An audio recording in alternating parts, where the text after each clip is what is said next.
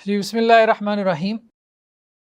ہمارا second session چل رہا تھا، تو اس میں ہمارا یہ اب اوور آل 6 لیکچر ہیں۔ سیکنڈ سیشن کا سیکنڈ لیکچر ہے غیر شادی شدہ کے جو مسائل ہیں یا جو شادی کے قریب ہیں ان کے مسائل۔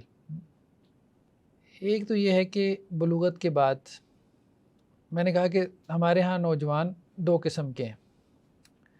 ایک تو وہ ہیں کہ جو ارد گرد کا ماحول دیکھ کے کچھ پیئرز، کچھ جوڑوں کے زندگی کے مسائل دیکھ کے انہوں نے سمجھ لیا کہ شادی شدہ زندگی کیا ہے، ایک عذاب ہے، ایک آزمائش ہے، ہمیں اس میں نہیں پڑھنا، وہ تو نیگیٹو ہو گئے۔ یہ ایک تکلیف میں ایک انتہا پر ہیں، اور دوسرے وہ ہیں جو بہت زیادہ فینٹیسی میں ہیں، کہ جو ابھی تک ناولز، فلمیں، ڈراموں میں جو کچھ دکھایا جاتا ہے، خیر ڈراموں میں تو شاید پھر کوئی جو ریئل لائف ہوتی ہے اس کی کوئی جھلک نظر آ جاتی ہے، آپ فلموں میں کہنا چاہیے، موویز میں کہنا چاہیے، جو لائف ہے ہی نہیں، حقیقت کے ساتھ اس کا کوئی تعلق نہیں، تو اب اس میں چلے جاتے ہیں۔ یہ بہت نقصان دہ ہے اس اعتبار سے کہ جب شادی ہوگی تو پھر پتہ چلے گا کہ بھائی ریئل لائف تو بالکل ڈیفرنٹ ہے، اس میں تو مسائل ہیں، اس میں تو اتنی فینٹیسی نہیں ہے۔ لڑکی کا خیال ہوتا ہے کہ شاید اس نے لڑکے کو قبول ہے، حالانکہ اس نے پورا خاندان قبولہ ہوتا ہے، اور لڑکے کا خیال یہ ہے کہ اس نے لڑکی قبول کی ہے، حالانکہ اس نے ذمہ داری قبول کی ہے، اور اگلے دن جب اس کے اوپر ذمہ داری پڑتی ہے تو پھر اس کو احساس ہوتا ہے کہ نہیں، شادی جو ہے وہ ایک اچھی خاصی ذمہ داری کا نام ہے، رسپانسبلٹی کا نام ہے۔ تو ایک بات تو یہ ہے کہ شادی کے بارے میں جو تصورات ہیں نا ہماری یوتھ کے، ان کو درست کرنے کی ضرورت ہے۔ اگر وہ دو انتہاؤں پہ ہیں تو ان کو ذرا بیلنس کرنے کی ضرورت ہے۔ دوسری بات جو عام طور پہ نوجوان پوچھتے ہیں وہ رشتے کی تلاش کے حوالے سے، کہاں شادی کریں، کہاں شادی نہ کریں۔ اور عام طور پہ یہ ہوتا ہے کہ ارینج میرجز میں ہمارے یہاں جو کہ والدین کرتے ہیں، پیرنٹس کرتے ہیں، تو بچے یہ پوچھتے ہیں کہ والدین کی مرضی کی شادی کر لیں، نہ کریں، یا والدین جہاں پہ کرنا چاہتے ہیں مجھے پسند نہیں ہے۔ اب اس میں ایک بات تو میں یہ کہتا ہوں کہ بھائی دیکھو، اس جملے میں ذرا غور کر لو۔ ایک ہے کہ تمہیں پسند نہیں ہے، اور ایک ہے کہ کوئی تمہیں برا لگتا ہے۔ یہ دو علیحدہ باتیں ہیں۔ اگر جس سے تمہاری شادی ہونے جا رہی ہے وہ لڑکی تمہیں پسند نہیں ہے، یا وہ لڑکا تمہیں پسند نہیں ہے، تو انسان کی فطرت اللہ نے ایسی بنائی ہے کہ ایک دوسرے کے ساتھ رہتے ہیں تو مانوسیت پیدا ہو جاتی ہے۔ کہتے ہیں مطلب شادی کے 18-20 سال بعد تو میاں بیوی بہن بھائی لگنا شروع ہو، مطلب ان کی شکلیں بھی ایک جیسی لگنا شروع ہو جاتی ہیں، تو ساتھ رہنے سے مناسبت پیدا ہوتی ہے، الفت پیدا ہوتی ہے، مودت پیدا ہوتی ہے۔ تو اگر کوئی پسند نہیں ہے تو پسند پیدا ہو جاتی ہے شادی کے بعد۔ میاں بیوی ایک دوسرے سے تاثر لیتے ہیں، ایک دوسرے کے اوپر اپنا اثر بھی ڈالتے ہیں۔ یعنی آپ یوں کہہ سکتے ہیں کہ جی ساری شخصیت تو نہیں چینج ہوتی، ظاہری بات ہے، ریکنسٹرکشن تو نہیں ہوتی کسی بھی پرسن کی شادی کے بعد آفٹر میرج۔ ہاں یہ کہہ سکتے ہیں کہ 10% 20% چینج آتی ہے، ہر پارٹنر اپنے دوسرے پارٹنر سے وہ چینج لیتا ہے، اتنی تبدیلی آ جاتی ہے، اور پسند بھی پیدا ہو جاتی ہے۔ دوسرا یہ ہے کہ اگر کوئی آپ کو برا لگ رہا ہے، اس کا مطلب یہ ہے کہ وہ آپ کو برا لگ رہا ہے، وہاں آپ بے شک شادی نہ کریں، وہاں آپ شادی سے انکار کر دیں۔ مطلب کسی کی شکل و صورت ایسی ہے کہ آپ کو پسند نہیں آ رہی، اور کسی کی شکل و صورت آپ کو بری لگ رہی ہے، تو بری لگنے کا مطلب بالکل اور ہے، ہم اس کو ایکسپلین کرنے میں نہیں جاتے، لیکن وہاں پہ آپ شادی نہ کریں۔ دوسری جو عام بات ہے کہ شادی میں ہم نے کہا تھا کہ مرد کے اخلاق کو دیکھنا چاہیے اور عورت کی دینداری کو دیکھنا چاہیے۔ عورت کی دینداری کا فائدہ کیا ہوگا کہ مرد کے جو اصل حقوق ہیں اطاعت اور فرما برداری کے، تو اگر عورت میں دینداری ہوگی تو وہ اس کو اچھے سے پورا کرے گی، اور اگر مرد میں اخلاق ہوگا تو جو عورت کے حقوق ہیں حسن معاشرت کے، کہ اس کے ساتھ اچھا سلوک کرنا چاہیے، اس کی ذمہ داری اٹھانی چاہیے، تو مرد اس کو اچھے طریقے سے پورا کرے گا۔ اب ایک اور مسئلہ جو اہم ہے وہ یہ کہ اس وقت یوتھ کا ایک بڑا مسئلہ یہ ہے کہ شادی کرنا چاہتے ہیں، والدین راضی نہیں ہیں. والدین کو کیسے راضی کریں؟ انجینئرنگ کے ایک اسٹوڈنٹ کا مجھے ایک مرتبہ اس نے مجھے خط لکھا، خیر وہ میں نے پبلش بھی کیا اپنی اس بک میں. بہت درد بھرا خط تھا، میں تو وہ مسئلہ اس طرح سے نہیں بیان کر سکتا تھا. یونیورسٹی کا اسٹوڈنٹ، اور یونیورسٹی میں جیسا ماحول ہے ہم لوگ جانتے ہیں. اس کا کہنا یہ تھا کہ میں اپنے آپ کو بچا کے، اور میں نے بچایا ہوا ہے، میں دیکھتا بھی نہیں ہوں کسی غیر محرم عورت کو. میں دیکھتا، مطلب اس زمانے کی بات کر رہے ہیں. تصویر بھی، یعنی آپ کہیں کہ چلو بندہ تنہائی میں کوئی سوشل میڈیا پہ یہ ہو، لیکن مجھے لگتا ہے میں ذہنی مریض بن رہا ہوں. میں لڑ کے تھک چکا ہوں. والدین کو شادی کا کہتا ہوں لیکن وہ اس طرف توجہ نہیں دیتے. تو ایک آدمی جو اس معاشرے میں، جسے آپ کہتے ہیں ان ٹرو سینس پاک دامنی کی اگر زندگی گزارنا چاہتا ہے، تو اس لڑکے کا کہنا یہ تھا کہ میرا انالیسس یہ ہے کہ وہ مریض بن جائے گا. تو خیر اس کا خط وہ میں نے اپنے فیس بک ٹائم لائن پہ بھی پبلش کیا، کتاب میں بھی پبلش کیا. اس کا جو دیکھیں، ایک بات تو یہ کہی جاتی ہے کہ جی حالات نہیں ہیں والدین کی طرف سے، اور ایسے بھی والدین. ایک اسٹوڈنٹ میرے پاس ایسا بھی آیا، یونیورسٹی اسٹوڈنٹ تھا، سر میرے گھر میں 4 گاڑیاں کھڑی ہیں، میرے ابا جان پھر بھی میری شادی نہیں. اب ظاہری بات جیسے گھر میں 4 گاڑیاں کھڑی ہیں، ابا جان افورڈ کر سکتے ہیں لیکن نہیں کرنے کو تیار کہ تو کمانے کے قابل ہوگا تو پھر کروں گا. یہ زیادتی ہے، یہ ظلم ہے. ایسے والدین تو اب ظاہری بات ہے کہ اولاد اگر غلط راستے کی طرف جاتی ہے تو اولاد کہہ رہی ہوتی ہے کہ جی ہمارے والدین بھی رسپانسیبل ہے، ذمہ دار ہیں، اور واقعتاً وہ اللہ کے ہاں جواب دہ ہوں گے، آنسریبل ہوں گے. ہاں، جہاں پہ اگر کوئی واقعتاً میں کوئی فقر ہے تو قرآن اس میں بھی یہ کہتا ہے کہ اگر وہ اپنے آپ کو پاک رکھنے کے لیے، پاکیزہ زندگی گزارنے کے لیے شادی کی طرف جاتے ہیں، ان یکونوا فقراء یغنہم اللہ من فضلہ، اللہ تعالیٰ انہیں اپنے فضل سے غنی کر دے گا. اور ہو جاتا ہے، مطلب کچھ ٹائم لگتا ہے. اصل میں ہم لوگ نا بہت زیادہ آئیڈیل رشتوں کی تلاش میں رہتے ہیں، اور بالآخر جب آئیڈیل مل جاتا ہے تو آپ اس کے آئیڈیل نہیں ہوتے. یعنی جو آپ کا آئیڈیل ہوتا ہے آپ اس کے آئیڈیل نہیں، کوئی فائدہ نہیں. خاص طور پہ بچیوں کے جو والدین ہیں، اور بچیوں کا جو ذہن بن چکا ہے، اب وہ یہ چاہتی ہیں کہ ہماری شادی ہو 20 سال کی عمر میں، یا 22 سال کے لڑکے سے ہماری شادی ہو، اور کما وہ اتنا رہا ہو جتنا کہ 40 سال میں جا کے کوئی کماتا ہے. مطلب ایک لڑکا ہے، ظاہری بات ہے اس نے 20 سال کی عمر میں اگر اپنا ایک کیریئر سٹارٹ کیا ہے تو وہ کب بنے گا؟ کچھ 30 35 40 سال میں جا کے بن جائے گا نا کچھ. تو میں اکثر یہی مشورہ دیتا ہوں، میں کہتا ہوں آپ یہ نہ دیکھو کہ اس وقت کیا کر رہا ہے، آپ یہ دیکھو کہ اس کے اندر پوٹینشل ہے، اگلے 10-15 سال میں یہ کہاں کھڑا ہوگا، آپ اس کو رشتہ دے دو، بھلے ابھی اس وقت وہ کچھ بھی نہ ہو. 20 سال کی عمر میں بچہ کیا ہو سکتا ہے؟ مجھے بتائیں، کتنا بڑا بزنس مین ہو سکتا ہے؟ اللہ یہ کہ اپنے باپ سے وراثت میں کوئی بزنس مل جائے تو مل جائے. اور اسی طرح 20 سال کی عمر میں کیا اس نے ایک فریش گریجویٹ ہے، کتنی بڑی نوکری حاصل کر لے گا. اگر وہ کچھ بنے گا اپنی صلاحیتوں کے عوض تو وہ کچھ 40 سال کی عمر میں جا کے بنے گا. یعنی وہ ویلتھ، وہ سوشل سٹیٹس، وہ سب کچھ جو ایک عورت کو چاہیے وہ 20 سال کے لڑکے سے اس کو نہیں مل سکتا. پھر یا تو وہ یہ کمپرومائز کرے کہ 40 سال کے بندے سے، اور وہ بھی اس کو سیکنڈ میرج والا ملے گا، اس کے ساتھ کرے.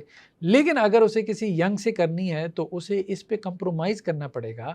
صرف یہ دیکھ لے کہ اس کے اندر پوٹینشل ہے، یہ محنتی ہے، اسٹرگل کرے گا، نکل جائے گا. اور ہوتا ایسی ہے. تو ہمارے ہاں یہ جس چکر میں پڑے ہیں نا کہ اس وقت بچے کا مکان بھی ہونا چاہیے، اس کے بعد بہت اچھی جاب بھی ہونی چاہیے، یہ سب میرے خیال میں بیوقوفی ہے. اور اس وجہ سے عمریں زیادہ ہو رہی ہیں، بہت زیادہ، 30 35 ایئر، 38 ایئرس، 28 ایئرس، یہ عام ہے. اور پھر جو مناسب رشتے ہوتے ہیں وہ بھی نہیں ملتے. اس سے نکل آنا چاہیے. آئیڈیل رشتہ یہ ہے کہ پوٹینشل ہے، دونوں کے اندر پوٹینشل ہے، لڑکی کے اندر بھی کچھ بننے کی اور مرد کے اندر بھی، لڑکے کے اندر بھی کچھ بننے کی پوٹینشیل ہے. دیکھیں مجھے یاد ہے میری اب 25 ایئرس مطلب اس میں شادی ہوئی، تو اب یہ بھی لیٹ تھی، وہی جو اپنا ہمارے عثمان بھائی بھی کہہ رہے تھے لڑکے کروائی، میں نے بھی لڑکے کروائی. مطلب اس ایج میں بھی گھر والے راضی نہیں تھے. اس کی وجہ یہی تھی کہ مطلب جس مہینے مجھے جاب ملی ہے اسی مہینے شادی ہو گئی. چلو اتنا تو ہو گیا، لیکن وہ اتنی ارننگ نہیں تھی. اچھا میرے پاس اس وقت سائیکل تھی، پھر اللہ تعالیٰ نے موٹر سائیکل دے دی، پھر گاڑی دے دی. تو بہت اللہ تعالیٰ نے فضل کیا نا. یہ مطلب یہ میں اپنی بات نہیں کر رہا، ہمارے ارد گرد بہت ساری مثالیں ایسی ہیں. انسان کو دنیا میں بھی اگر کچھ ملتا ہے نا تو ایک وقت کے ساتھ ملتا ہے، وہ اس سے پہلے نہیں ملے گا. تو اس میں نہیں جانا چاہیے. ایک بات تو یہ ہوگی. دوسری بات یہ ہے کہ اب بعض جو بچے ہیں ان کو ذرا زیادہ آخر آئی ہوتی، مطلب انڈر گریڈ میں وہ ہیں، وہ کہتے ہیں ہم تو گریجویشن سے پہلے بس ہماری شادی کرو شادی کرو. اب اس میں اگر والدین سپورٹ کر دیں بہت اچھا ہے، لیکن اگر نہ کریں تو کوئی مجوزہ ماڈل تو ہونا چاہیے نا، کوئی سجیشن تو ہونی چاہیے نا. کیا کریں؟ اپنے آپ کو بچانا چاہتے ہیں تو ایسی تجاویز جو ہے نا یہ پیش کرتے رہنا چاہیے، خاص طور پہ شریعت اسکالرس کو. میں ایسے موضوعات پہ لکھتا بھی رہتا ہوں اپنی فیس بک ٹائم لائن پہ. میرے ذہن میں یہ آتا تھا کہ اس میں نکاح کر لیا جائے وداؤٹ رخصتی، میوچل انڈرسٹینڈنگ سے دونوں خاندانوں کی، اور مطلب کچھ کیسز میں ایسا کیا جا سکتا ہے برائی سے بچنے کے لیے. اور اگر وہ آپس میں کزنز وغیرہ ہیں تو وہاں ویسے پٹھانوں میں تو بچپن میں پیدا نہیں ہوتے تو نکاح کر دیتے ہیں. ٹھیک، یہ ہمارے بچپن کی مانگ ہے، ان کے یہاں یہ بہت معروف جملہ ہے. تو ہمارے کلچر میں مطلب یہ چیز چل سکتی ہے، اس کو کیا جا سکتا ہے کہ اگر کوئی لڑکا اور لڑکی جو ہے وہ برائی سے بچنا چاہتے ہیں اور ان کی آپس میں مطلب کنسنٹ بھی ہے کہ ہم آگے ازدواجی زندگی گزارنا چاہتے ہیں، تو ابھی وہ نکاح کر لیں اپنے خاندان کی، دونوں خاندانوں کی میوچل کانسنٹ سے. پھر اس کے بعد جو ہے وہ رخصتی کر لیں جب. تو اس سے کیا ہوگا کہ وہ کم از کم اس انتہائی برائی سے بچ جائیں گے. تو اس طرح کی اور بھی مطلب کچھ تجاویز ہیں مطلب جن پہ عمل کیا جا سکتا ہے، کتاب میں نے تذکرہ کیا. تو شادی کے بارے میں ایک اور اہم کویسچن استخارہ، بہت اہم چیز ہے. استخارہ کرنا چاہیے. استخارے کا مطلب اللہ سے مشورہ کرنا، لیکن استخارے کے کوئی کانسیپٹ ہمارے ہاں صحیح نہیں بھی ہیں. استخارہ آن لائن بابا جی اور فوراً پتہ نہیں کہاں پہنچ جاتے ہیں کہ اس دنیا میں یہ رشتہ آپ کے لیے ٹھیک ہے، یہ ٹھیک نہیں ہے. فضول باتیں، بیکار کی باتیں. استخارے کا مطلب اللہ سے خیر طلب کرنا یا مشورہ کرنا، یوں کہہ لیں. آپ کو درد ہے نا، آپ کا مسئلہ ہے، آپ جس درد سے اللہ سے مانگیں گے وہ بابا جی نہیں مانگ سکتے. تو اللہ سے خیر طلب کریں. استخارے کی ایک دعا ہے، وہ دعا ہمیں مل جاتی ہے، کہیں بھی گوگل کریں گے مل جائے گی. 2 رکعت نفل نماز پڑھیں کسی بھی وقت میں، اللہ سے وہ دعا مانگیں، اس کا ترجمہ اپنے ذہن میں رکھیں. اس میں یہی اللہ تعالیٰ یہ معاملہ اگر میری دنیا آخرت کے لیے بہتر ہے تو میرے لیے اس کو مقدر بنا دے، آسان کر دے. اگر بہتر نہیں ہے تو مجھے اس سے دور کر دے، اسے مجھ سے دور کر دے اور مجھے اس سے بہتر دے دے. استخارے میں یہ ضروری ہے کوئی بابا جی آ کے آپ کو بتائیں گے کہ بچے یہ کام کر لو. بابا جی کا انتظار نہیں کرنا. استخارے میں یہ اللہ تعالیٰ یہ کام اگر میرے حق میں بہتر ہے تو میرا ذہن اس کی طرف مائل کر دے، میرا دل اس کی طرف جھکا دے. تو اگر آپ کا ذہن، اگر استخارہ اللہ تعالیٰ نے آپ کو واقعتاً میں مشورہ دیتی ہے، اور اللہ تعالیٰ دیتے ہیں اپنے بندے کو، اللہ سے خیر مانگتا ہے اللہ تعالیٰ دیتے ہیں. صحابہ کہتے ہیں کہ اللہ کے رسول ہمیں استخارہ اس طرح سکھاتے تھے جیسے قرآن کی کوئی آیت ہوتی ہے. ہر چھوٹے بڑے معاملے میں ہم اللہ سے مشورہ کرتے تھے. تو اگر آپ کا قلبی رجحان اور ذہنی میلان اس طرف ہو جاتا ہے جس کے لیے آپ نے استخارہ کیا تو وہ کام کر لیں، اگر نہیں ہوتا ہے تو اس سے بچ جائیں. یہ ہے کہ اگر اللہ نہ کرے کوئی ڈیسیجن غلط بھی ہو گیا تو کوئی حرج والی بات نہیں ہے. دنیا میں کتنے ڈیسیجن ایسے ہوتے ہیں کہ جس میں انسان سے کوئی غلطی ہو جاتی ہے. دنیا اللہ تعالیٰ نے اسی طرح بنایا دنیا کو. تو استخارہ بیسیکلی کیا ہے؟ اللہ سے خیر طلب کرنا، اور اس میں اپنے قلب کے رجحان کو دیکھے، دل کے رجحان کو دیکھے، نہ کہ اس طرف جائے کہ کوئی بابا جی آ کے اس کو بتا کیوں نہیں رہے. اور ایک اور بڑی چیز میں نے دیکھی ہے، استخارہ کرنے کے بعد لوگ سو جاتے ہیں سوتے میں جو بھی خواب دیکھتے ہیں جی آپ اس کی تعبیر بتائیں. بھائی خواب تو آپ روزانہ دیکھتے ہو, مطلب روٹین کا حصہ ہے نا. آپ جو الٹا سیدھا خواب دیکھا اب اسے استخارہ نکالنا شروع کر دیں, نہیں ایسا نہیں. اللہ نے اگر آپ کو خواب میں بتانا ہے, اور اللہ تعالیٰ بتا بھی سکتے ہیں خواب میں, کسی کو اشارہ دے سکتے ہیں, منع بھی تو نہیں ہے, لیکن اللہ تعالیٰ پہلیاں نہیں بجوائیں گے, کلیئرلی بتائیں گے.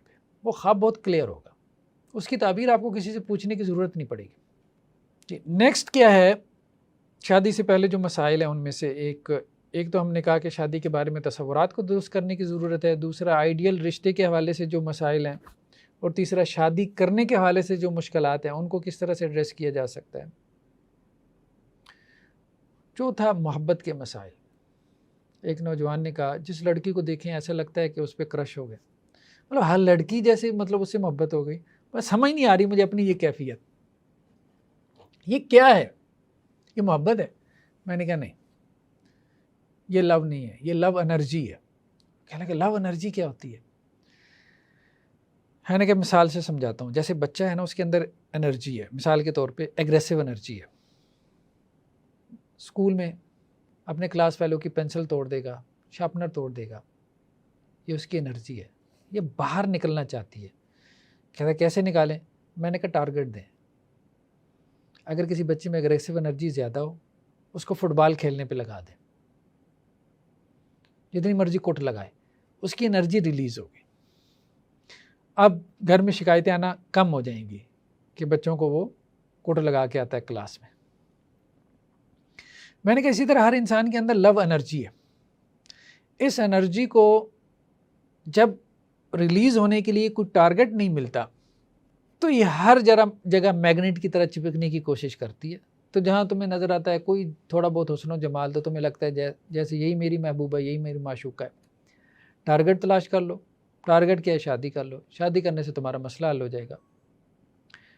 اسپیسیفک پرسن کی محبت بہت کم ہوتی ہے, عموماً لو انرجی ہوتی ہے. تو اس لو انرجی کو کوئی ٹارگٹ مل جائے شادی کی صورت میں تو وہ غائب ہو جاتی ہے, ختم ہو جاتی ہے. یعنی محبت کے مسائل عام طور پہ شادی سے حل ہو جاتے ہیں. ہاں اگر واقعتاً کسی اسپیسیفک پرسن کی محبت ہو تو وہ شادی کے بعد بھی رہتی ہے, لیکن عموماً ایسا کم ہوتا ہے.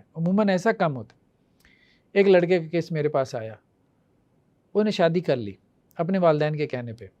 اچھا جس لڑکی سے اس سے محبت تھی, مجھے کہنے لگا وہ کرسچین ہے, شادی کر لوں. میں نے کہا یار اسلامکلی تو میں کہتا ہوں ٹھیک ہے, لیکن تمہارے والدین اتنا کہہ رہے ہیں تو تم والدین کا مان لو, بزرگ ہیں, بوڑھے ہیں, اب تم کیا مطلب, وہ یہی کہتے ہیں یار کرسچین فیملی میں کر لے گا, پورے خاندان میں کیا وہ ہوگی.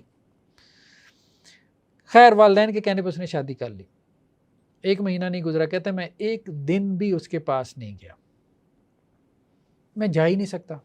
اور آپ کہیں گے 6 مہینے اور گزار لوں, سال اور گزار لوں, میں نہیں جا سکتا, مجھے پتہ ہے. اسپیسیفک پرسن کی جو محبت ہوتی ہے نا, وہ بہرحال سائیکولوجیکل ایشوز پیدا کر سکتی ہے, لیکن ایسا کم ہوتا ہے. عموماً اسپیسیفک پرسن کی محبت نہیں ہوتی, صرف دھوکہ ہوتا ہے, لو انرجی ہوتی ہے. کہیں بھی ٹارگٹ ملے گا مسئلہ حل ہو جائے گا. بچے کی کہیں بھی شادی کر دیں, چھوٹی موٹی جسے محبتیں کہتے ہیں, سیریس محبتیں بہت کم ہوتی ہیں. خیر بہرحال ہم سب کے نام سے ایک ویب سائٹ ہے, تو وہاں پہ ایک پنجاب یونیورسٹی کی کوئی پروفیسر تھی, انہوں نے ایک آرٹیکل لکھا. آرٹیکل یہ تھا کہ لڑکی آ کے مجھے کہتی ہے کہ میڈم مجھے لڑکے اچھے لگتے ہیں, مجھے لڑکے بہت پسند ہیں. اس پہ یہ ٹائٹل تھا, اس پہ آرٹیکل انہوں نے لکھا اور کہا کہ یہ فطری بات ہے, یونیورسٹی میں لڑکیاں آتی ہیں, ان کو لڑکے اچھے لگتے ہیں. ہمارے یہاں مذہبی لوگوں نے کیا تماشا لگا رکھا ہے کہ اس فطرت کے خلاف جو ہے نا وہ بند باندھنے کی کوشش کر رہے ہیں. اس میں کوئی شک نہیں کہ یہ فطری بات. اچھا اس کے جواب میں نے ایک آرٹیکل لکھا, میں نے کہا میرے پاس ایک لڑکی آئی تھی اور واقعتاً میں آئی تھی, اور جب وہ میرے پاس آئی مطلب کاؤنسلنگ کے لیے جیسے عام طور پہ. اچھا ہمارے یہاں ایک اور مسئلہ ہے, مذہبی لوگوں کے لیے یہاں بہت سپیس ہے کام کرنے کی. ہماری یونیورسٹی میں جو ہے وہ سائیکالوجی والوں کا کاؤنسلنگ سینٹر بنا ہوا ہے, بچے آئیں وہاں سے کاؤنسلنگ وغیرہ لیں. کچھ بچے میرے پاس آتے ہیں, میں کہتا ہوں یار وہاں جاؤ نا سینٹر میں, مطلب بنا ہوا ہے, میں تو کوئی سائیکالوجسٹ ہوں نہیں, میرا تو اسلامک اسٹڈیز فیلڈ ہے, اور صحیح بات یہی ہے, لیکن مجھے سائیکالوجی سے دلچسپی ہے, میں پڑھتا رہتا ہوں. کہتے سر وہاں سے ہو کے آ گئے, وہاں سے ہم ہو کے آ گئے, آپ ہمیں بتائیں. مذہبی آدمی، مذہب جو ہے نا ہمارے لوگوں کے جینز میں، ہم اس کو نکال نہیں سکتے. ہمارے ہاں جو ماڈرن سائیکالوجی کی جو اپروچ ہے نا کہ مذہب کو بائی پاس کر کے ان کا مسئلہ حل کرو، وہ ان کا ذہن ایکسیپٹ ہی نہیں کرتا، اس سلوشن کو ان کا ذہن ایکسیپٹ ہی نہیں کرتا. تو مذہبی آدمی سے ان کو زیادہ اطمینان ہوتا ہے، تو اب وہ میرے پاس بھی آ جاتے ہیں. تو اس لڑکی کا پہلا جملہ یہی تھا کہ سر مجھے لڑکے کمینے لگتے ہیں. پھر میں نے اس پہ ایک آرٹیکل لکھا. تو کہنے کا مقصد یہ ہے کہ اب ایک لڑکی کا بیان وہ ہے، وہ خاتون جو کہہ رہی ہیں کہ وہ یہ کہہ رہی ہے، وہ بھی صحیح کہہ رہی ہوگی، لیکن وہ اس لڑکی کا بیان ہے جس کو لڑکوں سے ابھی واسطہ نہیں پڑا.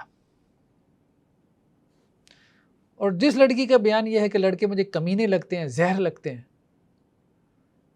اب مجھے اپنے ارد گرد ہر بندہ بھیڑیا لگتا ہے، ایون کہ استاذ بھی، اور مجھے لگتا ہے کہ وہ بس اس کی نظریں جو ہے وہ میرے وجود پہ زیادہ ہے.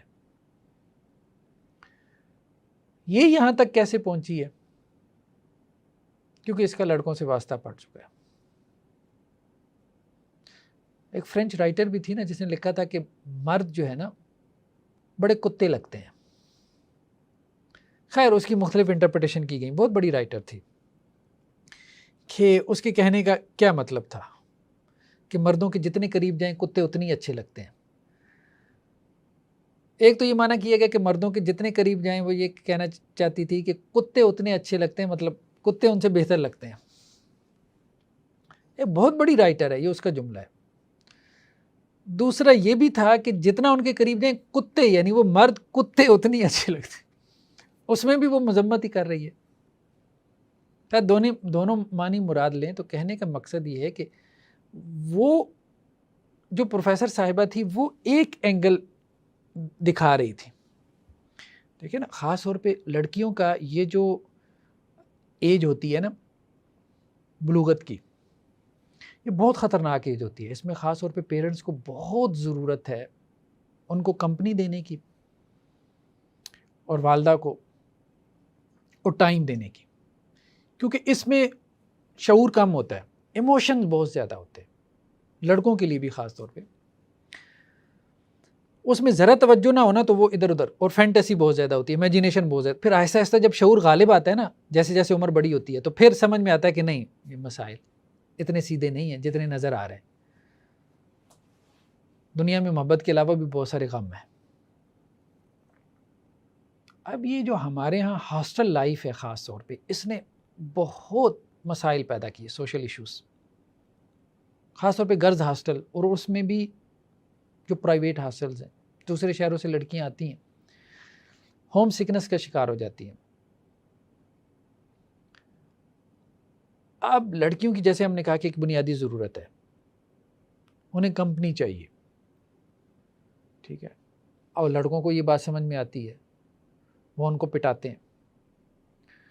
آپ دیکھیں کہ یہ خیر بہت، اب میں تو خود ایک یونیورسٹی میں بیٹھا ہوں، مجھے اندازہ اس چیز کا کہ ایجوکیشن سیکٹر میں کیا صورتحال ہے. اب کچھ چیزیں تو رپورٹوں میں آ گئی ہیں نا. اب سینٹ کمیٹی نے یہ بات کہی تھی کہ اسلام آباد کے اسکولوں میں، یونیورسٹیز کی نہیں، کالج یونیورسٹی کی نہیں، اسکولوں میں 47% بچہ ڈرگس کے اوپر ہے، سگریٹ نہیں، ڈرگس کے اوپر ہے، وہ آئس نامی جو نشہ وغیرہ.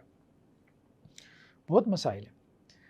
جب آتے ہیں یہاں پہ ان کے محبت کے مسائل شروع ہوتے ہیں پہلے 2 سیمسٹرز میں. اگلے 2 سیمسٹرز میں ان کو فکر لگتی ہے کہ CGPA کم ہو رہا ہے، وہ ڈپریشن ختم کرنے کے لیے وہ سگریٹ نوشی کی طرف آتے ہیں، نشے کی طرف آتے ہیں. اس سے اگلے 2 سیمسٹر میں پھر وہ باہر منہ ماری کرنا شروع کر دیتے ہیں اپنے خرچے پورے کرنے کے لیے. پھر کیا یونیورسٹی سے 6 سیمسٹر میں آؤٹ ہو جاتے ہیں، 7ویں میں، یا جو ڈگری بھی لے کے جاتے ہیں تو وہ کیا مطلب کیا ان کا CGPA ہوتا ہے، 2 بھی نہیں ہوتا. تو یہ کو ایجوکیشن نے بہت بیڑا غرق کیا ہے، بہت زیادہ بیڑا غرق کیا ہے. مطلب کچھ کہہ نہیں سکتے اس معاملے میں. تو اب اگر کوئی بات کہی جائے کہ جی آپ مولوی ہیں، آپ کنزرویٹو ہیں، میں نے ایک مرتبہ اپنی کلاس میں، ابھی میرے پاس وہ ڈیٹا محفوظ ہے، بچوں کو اسائنمنٹ دی، اچھا میں اس قسم کی اسائنمنٹ بچوں کو دیتا تھا. میں نے کہا ایسا کرو کہ آپ نے اسائنمنٹ آپ نے کیا کرنی ہے کہ آپ یونیورسٹی میں جو بھی اسٹوڈنٹس آپ کو ملتے ہیں بچوں کے گروپس بنا دیے نا 3-3 4-4 کے, آپ نے ان سے پتہ کرنا ہے کہ جو گریڈز کم آتے ہیں اس کے کیا فیکٹرز ہیں. بچوں کے گریڈز پہلے سیمسٹر میں کچھ ہوتے ہیں, پھر دوسرے میں اور کم, تیسرے میں اور کم ہو جاتے ہیں. اس کے پیچھے فیکٹرز کیا ہیں؟ تو جو فیکٹرز انہوں نے بتائے ان فیکٹرز میں سب سے ٹاپ پہ جو تھا, یہ بچوں کی وہ ویڈیوز ریکارڈنگ میرے پاس موجود ہے جو خود بچوں نے اسٹوڈنٹس نے بتائے, کو ایجوکیشن تھا کہ ہماری توجہ جو ہے وہ جن سے مخالف کی طرف ڈائیورٹ ہوتی ہے. ایک خاتون نے میرے کالم کے جواب میں ایک اور کالم لکھا, کہتی ہیں بات یہ ہے کہ جسٹ فرینڈشپ بھی تو ہو سکتی ہے, محض دوستی. اچھا اس کو کہتے ہیں پلیٹونک فرینڈشپ, افلاطونی دوستی, یعنی جس میں آپ کا کوئی سیکشول پیچھے ڈیزائر ڈرائیو موجود نہیں ہے, جسٹ اسٹڈی کے لیے گروپس بنے ہیں, اسائنمنٹس آپ کرنا چاہتے ہیں, ایک دوسرے کی ہیلپ کرنا چاہتے ہیں, جیسے لڑکے لڑکوں کے دوست ہو سکتے ہیں, لڑکیاں لڑکی. جسٹ فرینڈشپ کچھ چیز نہیں ہے. اچھا یہ وہ لوگ ہیں کہ جو یورپ کی نکالی کرتے ہیں, لیکن یورپ نے جو کچھ پبلش کر دیا سوشل سائنسز میں اس کو بھی نہیں پڑھتے.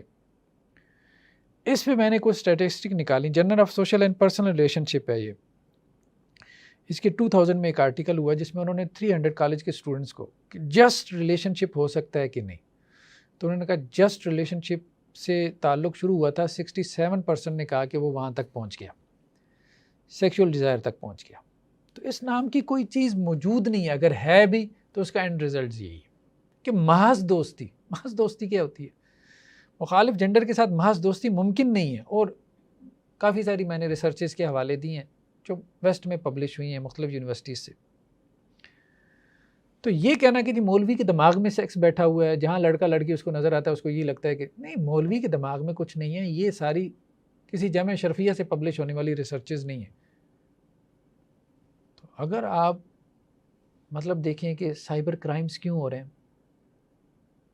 ٹھیک ہے, تو اب سائبر کرائمز کے پیچھے وجہ کیا ہے, سیکشول ہراسمنٹ کیوں ہو رہی ہے, ٹھیک ہے, ایجوکیشنل انسٹیٹیوٹس کے اندر. پھر اسی طرح سے اب دیکھیں کہ کورٹ میرجز ہو رہی ہیں, جسٹ فرینڈشپ کے نتیجے میں کورٹ میرج تھوڑی ہوگی, ساری یہاں پہ ہو رہی ہیں.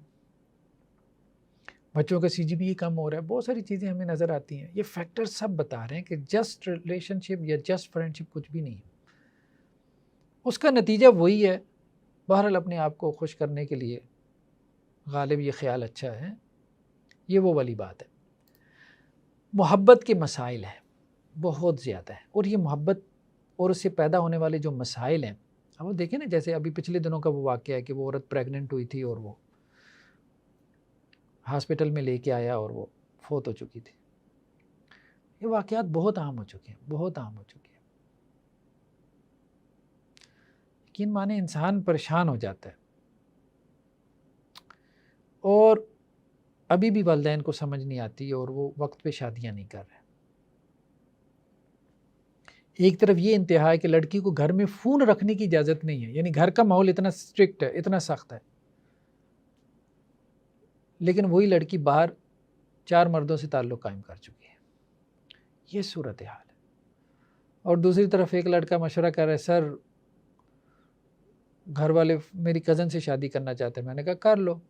نہیں وہ یونیورسٹی میں پڑھتی رہی. میں نے کہا یونیورسٹی میں پڑھتی رہی تو کیا مسئلہ ہے, یعنی اس کو یہ مسئلہ تھا کہ لڑکی یونیورسٹی میں پڑھتی. میں نے کہا تم نہیں پڑھتے رہے. کہتے ہیں میں پڑھتا رہا ہوں اسی لیے تو کہہ رہا ہوں, آپ کو نہیں پتا سر. خیر میں نے اسے سمجھانے کی کوشش کی. میں نے کہا بھائی یہ تمہاری سوچ اس طرح سے درست نہیں ہے کہ جو لڑکی یونیورسٹی میں پڑھتی ہے وہ کرپٹ ہے. ٹھیک ہے تم نے یونیورسٹی کا ماحول دیکھا ہے, وہ ماحول اس میں گندگی ہے, مانا, لیکن یہ کہنا کہ ہر لڑکی کرپٹ ہے یہ ٹھیک نہیں ہے, یہ تمہاری سوچ ٹھیک نہیں. تو دوسری طرف اب وہ اس انتہا پہ بھی سوچ جا رہی ہے. تو یہ محبت کے مسائل جتنے پیدا ہو رہے ہیں اور اس سے جو کرپشن پیدا ہو رہی ہے سوسائٹی میں, والدین کے ساتھ بچے خیانت کر رہے ہیں, بچے آپس میں ایک دوسرے کے ساتھ منہ ماری کر رہے ہیں, پھر آگے جو ان کی شادیاں ہوں گی اور اپنے شوہروں سے جو خیانت کریں گے، تو انسان کیا کرے سارے ماحول کے اندر، کیا کرے؟ اس کی صرف ایک ہی وجہ ہے کہ ہم نے آگ اور پانی کو اکٹھا کر دیا اور بس او جی ابھی تو بچے ہیں، یہ ہے فلاں ہے ڈمکان ہے، 5ویں 8ویں 10ویں تک ان کو علیحدہ رکھا، جب وہ بلوغت اور جوانی کی عمر کو پہنچ گیا تو ان کو اکٹھا کر دیا۔ خیر بہرحال نیکسٹ ہمارا ہے علیحدگی کے مسائل۔ طلاق یا ڈائیورس یا خلا عورت کی طرف سے ہوتی ہے، طلاق مرد کی طرف سے ہوتی ہے۔ اس کی کیا وجوہات ہو سکتی ہیں، اور اس سے پھر جو مسائل پیدا ہوتے ہیں میاں بیوی کے لیے یا اولاد کے لیے، اور پھر طلاق کے شرعی مسائل یعنی اس کے طریقہ کار کو ہم کچھ ڈسکس کریں گے۔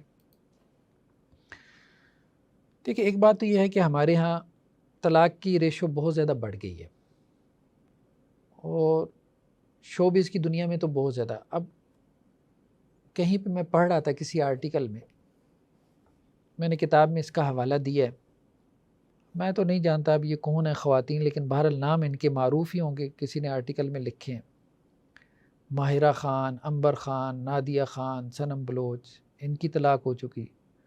عمر شریف، خیر ان کو تو میں جانتا ہوں، اس کی 2 شادیاں ناکام ہوئی ہیں۔ شمون عباسی کی 3، نور بخاری کی 4، اور ابھی ان کی کوئی 5ویں ہو رہی ہے۔ کوئی عینی خالد ہیں، ان کی شادی 6 ماہ چلی ہے۔ ستائش خان کی 1 ماہ، عریج فاطمہ کی 2 ہفتے، لمبی چوڑی فہرست ہے۔ وینا ملک، متیرہ، فلاں ڈمکان، سارا خان، آغا علی، محسن عباس، حیدر، اور فلاں یہ وہ، پتہ نہیں کون ہے، بہر شوبز کے لوگ ہیں۔ بہت زیادہ سیپریشن، ڈائیورس، 2 ہفتے، 2 مہینے، 6 ماہ، 4 شادیاں، 5 شادیاں۔ ایک تو یہ انتہا ہے۔ یہ انتہا بھی اس وقت پیدا ہوتی ہے جب آپ مذہب سے دور ہو۔ ایک بات تو ہمیں ذہن میں رکھنی چاہیے کہ سارے لوگوں کو ہم مذہبی نہیں بنا سکتے۔ بہت سے لوگ شاید آپ کی تبلیغ سے شوبز چھوڑ آئیں گے، جیسے کچھ لوگوں نے چھوڑا بھی شوبز کو ہے، سارے آپ کی تبلیغ سے نہیں چھوڑیں گے۔ کم از کم انسان کو یہ کام کر لینا چاہیے کہ بھائی جہاں پہ ہو وہاں کوئی دین کا کام کر لو، وہاں کوئی خیر کا کام کر لو، اس پہ لوگوں کو لے آنا چاہیے۔ اور اگر کوئی بندہ اتنا کر لے گا نا تو انشاءاللہ سے اس کی میرٹل لائف بھی اچھی گزرے گی۔ جیسے صحیح بخاری کی روایت میں کہ ایک طوائف نے کیا کیا، کتے کو پانی پلا دیا۔ کوئی تو خیر کا کام کرو۔ ایک انڈین شو ہے، ٹاک شو، اس کا نام اب میرے ذہن میں نہیں، عوام کی عدالت یا آپ کی عدالت ایسے کر کے، وہ مختلف جو ہے نا وہ سیلیبریٹیز آتی ہیں، فلموں کے جو ہیروز ہوتے ہیں وہ آتے ہیں، وہ اپنی ہسٹری سناتے ہیں۔ تو میں ذرا پرسنالٹیز میں دلچسپی رکھتا ہوں، بایوگرافی سے مجھے بڑی دلچسپی ہے کہ لوگوں کو کیا سوچیں، کیسے وہ یہاں تک پہنچے۔ ایک دفعہ وہ بالی ووڈ کا ہیرو ہے گووندا، اس سے وہ انٹرویو لے رہا تھا، تو اسے پوچھ رہا تھا فلموں میں آنے کی اس کی ہسٹری، تاریخ، کیسے آیا۔ تو اس نے ایک جملہ کہا، گووندا نے، کہتا ہے پہلی مرتبہ جب میں آیا نا تو لڑکی نے مجھے ہاتھ لگایا اور میں شرم کے مارے کانپ رہا تھا، لیکن 2 مہینے بعد یہ حالت تھی کہ میں لڑکی کو ہاتھ لگاتا تھا اور وہ کانپتی تھی۔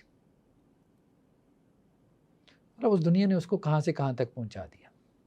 یہ اس کے اپنے الفاظ ہیں۔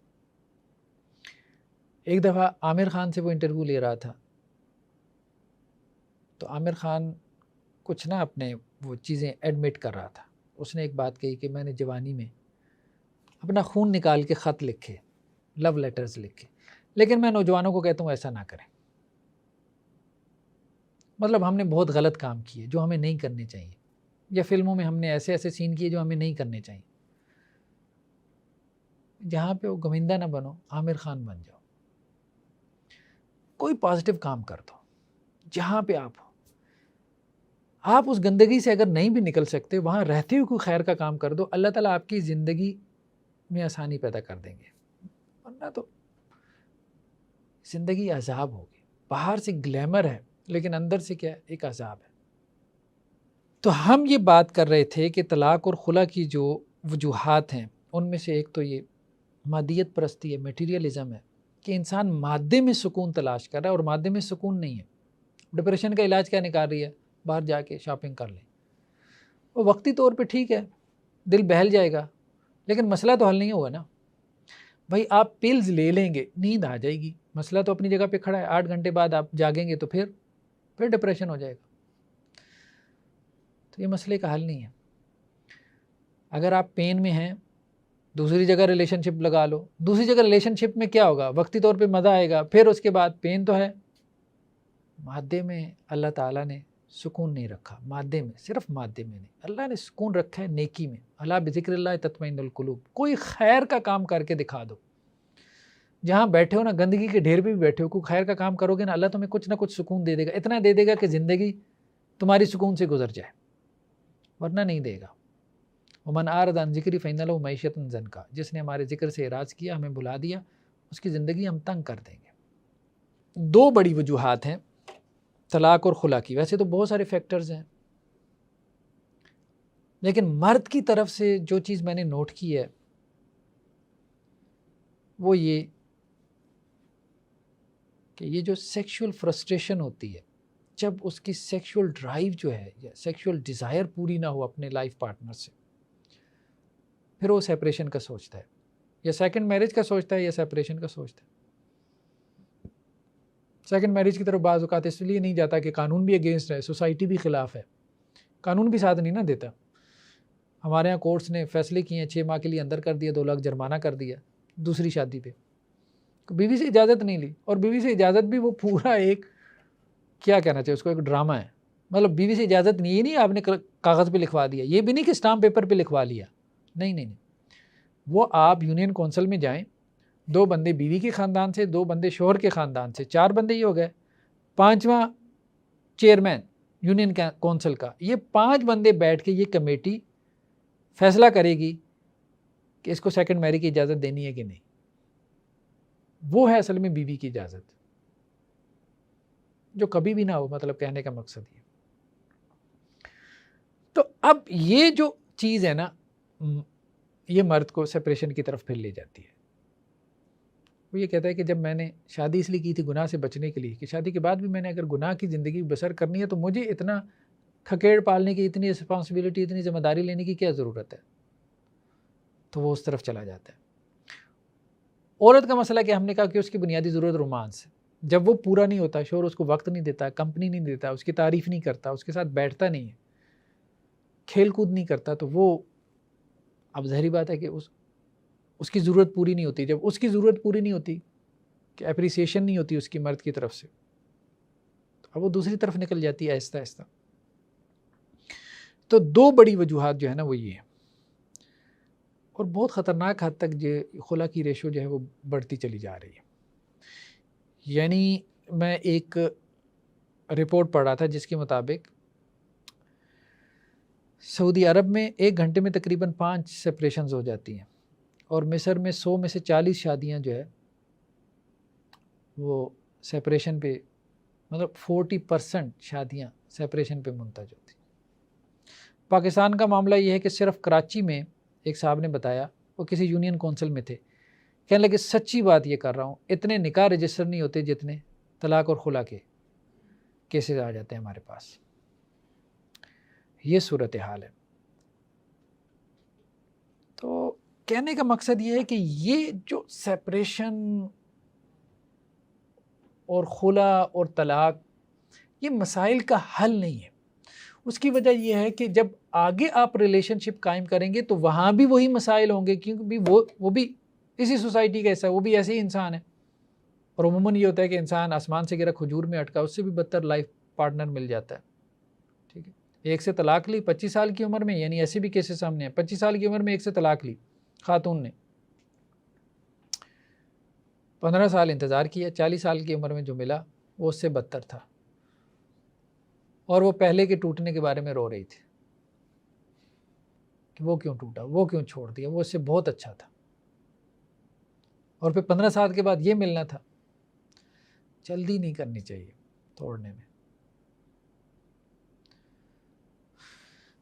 ایک تو یہ انتہا ہے کہ یہ ٹوٹ پھوٹ اور سپریشن، خلا، طلاق، ڈائیورس بہت زیادہ، بات بات میں طلاق، یا عورتوں کے اندر بالکل ہی برداشت۔ اچھا، جو عورت کمانے والی ہوگی نا، انڈیپینڈنٹ ہوگی، اور یہ بھی آپ نوٹ کر لیں، جو ملازمت پیشہ عورتیں ہیں نا، وہ زیادہ خلا کی طرف جاتی ہیں، انڈیپینڈنٹ ہے، ریشو زیادہ ہے ان کی۔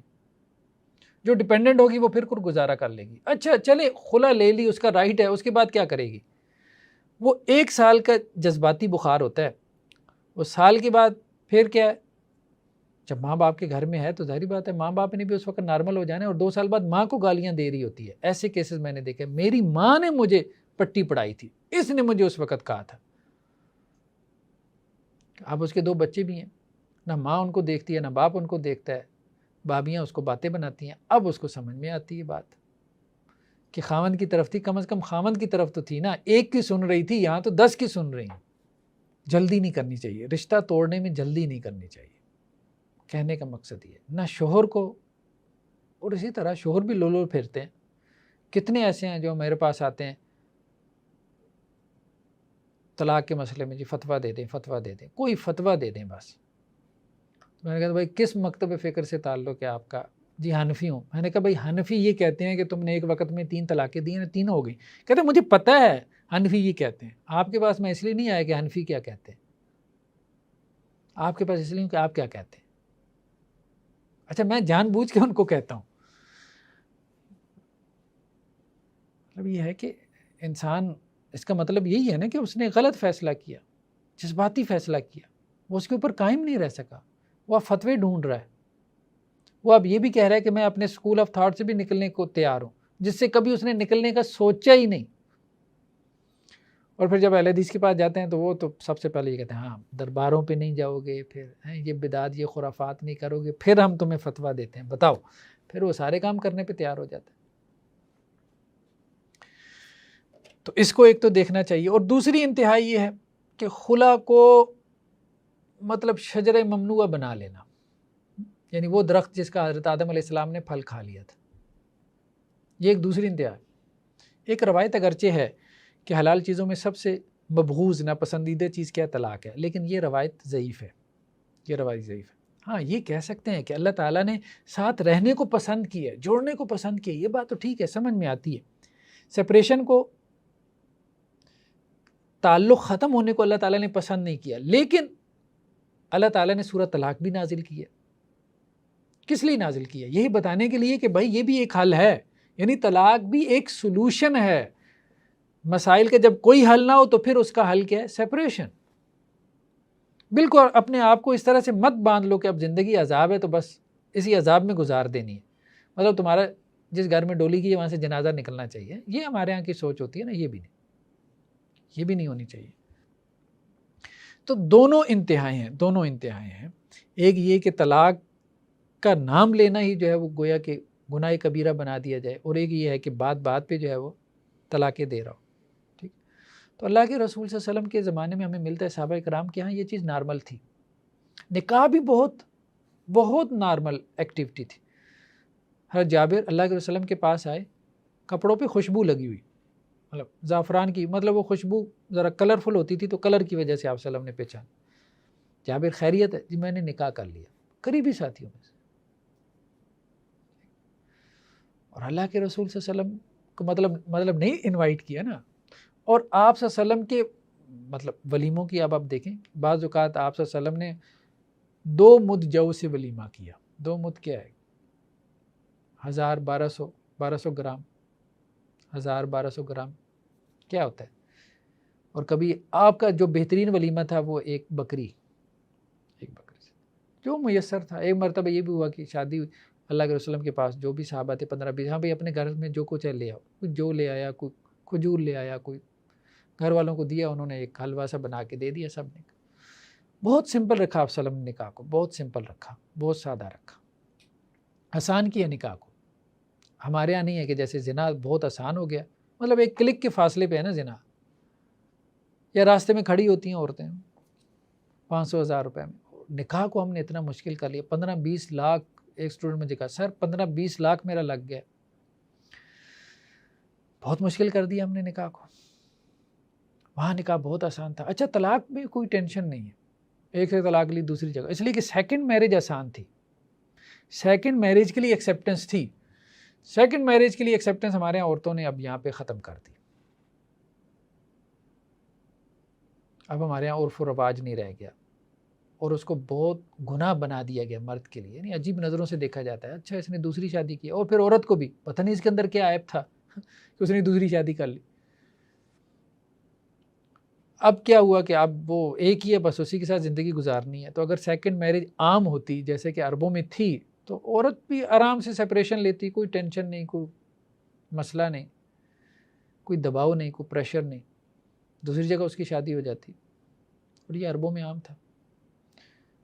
بہت تلاش کر لیں, جان مار لیں, 2 صحابہ آپ کو ملتے ہیں مشکل سے کہ جن کی ایک بیوی تھی, اکثر 2 3 4 شادیوں والے.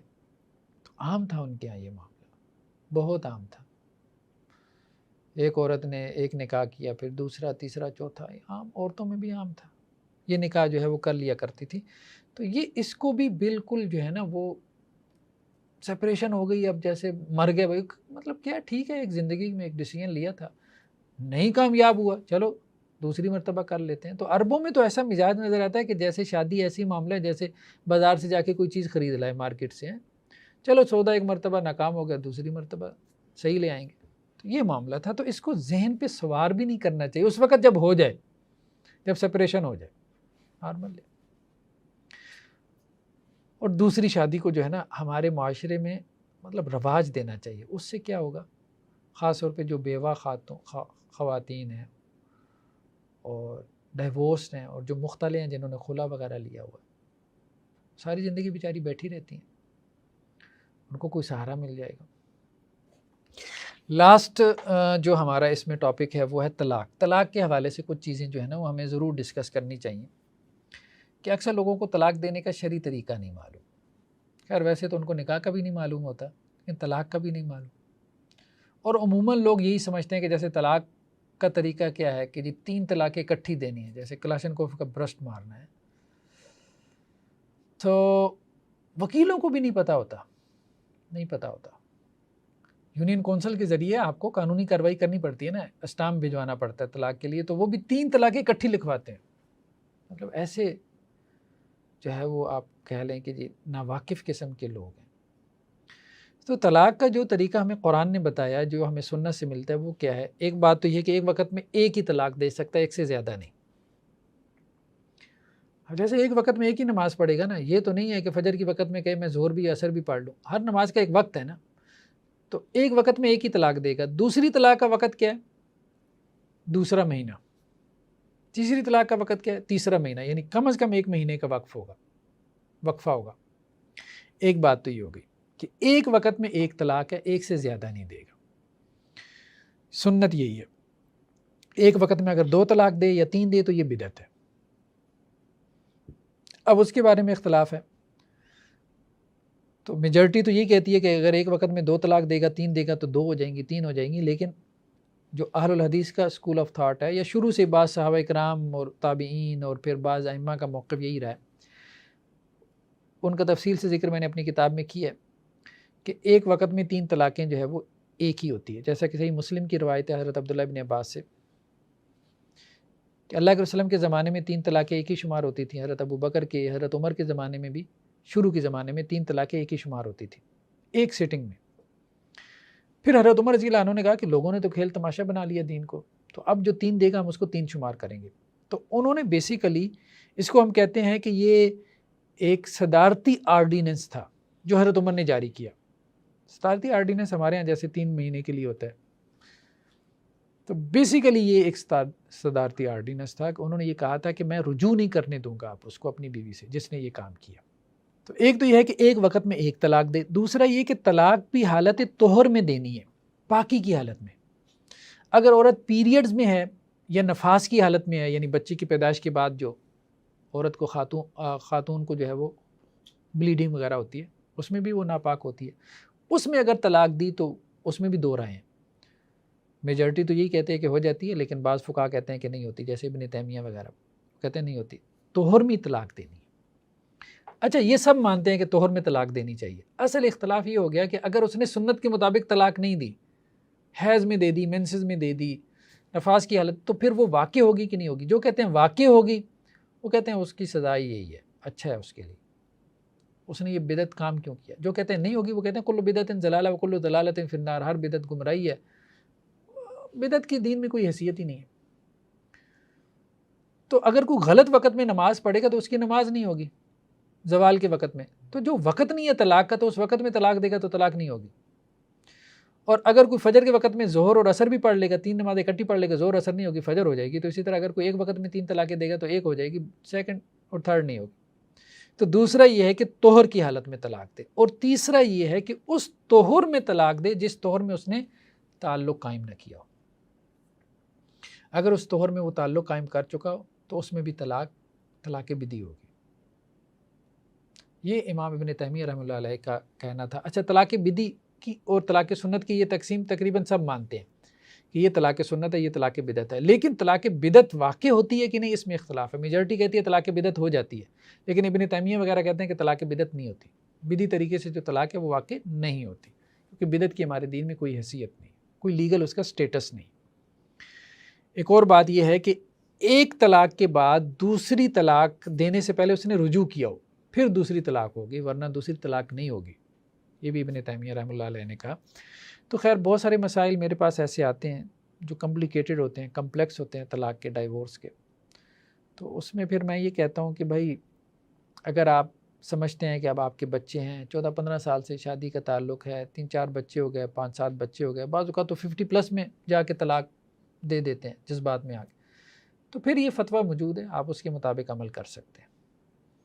مولانا اشرف علی تھانوی، حالانکہ ان کا تعلق دیوبند سے تھا، حنفی اسکول آف تھاٹ سے، تو ان کے پاس ایک ان کے بارے میں معروف ہے انگریز جوڑا لایا گیا، تو نیو مسلم تھے، تو شوہر نے اپنی بیوی کو طلاق دے دی تھی، 3 طلاق۔ تو انہوں نے کہا کہ بھائی ایسا کرو کہ ان کو میرے پاس نہ لے کے آؤ، کیونکہ میرا فتویٰ تو یہ ہے کہ 3 طلاق ایک وقت میں 3 ہی ہوتی ہیں، ان کو اہل حدیث کے پاس لے جاؤ جو یہ فتویٰ دیتے ہیں کہ 3 طلاق ایک ہوتی ہے۔ میرے فتوے سے فتویٰ تو ان کو مل جائے گا، ان کا ایمان چلا جائے گا۔ نہیں یہ مسلمان ہوئے ہیں، ان کا ایمان اتنا نہیں، تو ان کو اہل حدیث کے پاس چلے جا۔ تو ہمارے ہاں جو علماء جو ہے وہ کسی اور رائے کے بھی قائل ہوتے تھے، لیکن اگر سمجھدار ہوتے تھے نا تو وہ خود فتویٰ نہیں بھی دیتے تھے تو کسی دوسری کی طرف ریفر کر دیتے تھے کہ بھائی اس سے جا کے لے لو، کیونکہ ریلیشن شپ اور خاص طور پہ یہ جو خاندان کے ٹوٹنے کے مسائل ہیں نا، یہ اتنے سیدھے نہیں، مطلب بہت پیچیدگیاں پیدا کرتے ہیں نا، بچے اب نارمل ہو جاتے ہیں۔ عموماً جو بچے اب نارمل ہوتے ہیں تو ان کے پیچھے آپ ہسٹری نکال کے دیکھیں تو کیا ہے، بروکن فیملی ہے۔ تو وہ پوری ایک نسل کو بچانے کے لیے اگر فتاویٰ موجود ہیں، اور وہ فتاویٰ بھی پیچھے بیس کر رہے ہیں کچھ دلائل کے اوپر، جو دلائل کتاب و سنت سے، اب کہنا ہے کہ نہیں جی یہ تو زنا ہو جائے گا، وہ فلاں ہو جائے گا، یہ فضول باتیں، بہت سطحی قسم کی دلیلیں۔ ان میں سے کوئی ایک تو حق ہے نا، دوسرا تو غلط ہے، تو کون غلط ہے؟ جو غلط ہے وہ زنا کر رہا ہے۔ ایسے حق باطل اس طرح سے نہیں کرتے، اس طرح سے کریں تو فقہاء میں نکاح کے صرف اس مسئلے میں اختلاف نہیں ہے، طلاق کے سینکڑوں مسائل ہیں۔ مثال کے طور پہ آپ کورٹ میرج کا مسئلہ لے لیں، 3 فقہاء یہ کہہ رہے ہیں کہ وہ جو کورٹ میرج ہو رہا ہے، ولی کے بغیر نکاح ہو رہا ہے، وہ نکاح ہی نہیں ہوا، نکاح باطل ہے، تو ان کے نزدیک کیا ہو رہا ہے؟ پھر زنا ہو رہا ہے۔ اور حنفی والے کیا کہہ رہے ہیں؟ نکاح ہو گیا۔ ٹھیک ہے، اس طرح نہیں، پھر اس طرح سے تو وہ بھی آپ کو کہیں گے کہ جی آپ بھی زنا کر رہے ہیں، نہیں، اس طرح سے فتوے لگانے کا کوئی فائدہ نہیں۔ تو بس یہ کہیں کہ جی ان کے نزدیک یہ رائے ٹھیک ہے، ہمارے نزدیک یہ رائے درست ہے، بس اللہ تعالیٰ ان کو بھی اجر دیں گے، ہمیں بھی اجر دیں گے، دونوں کا اجتہاد اللہ کے ہاں قابل قبول ہے۔ چلیں جی، صدق اللہ العظیم۔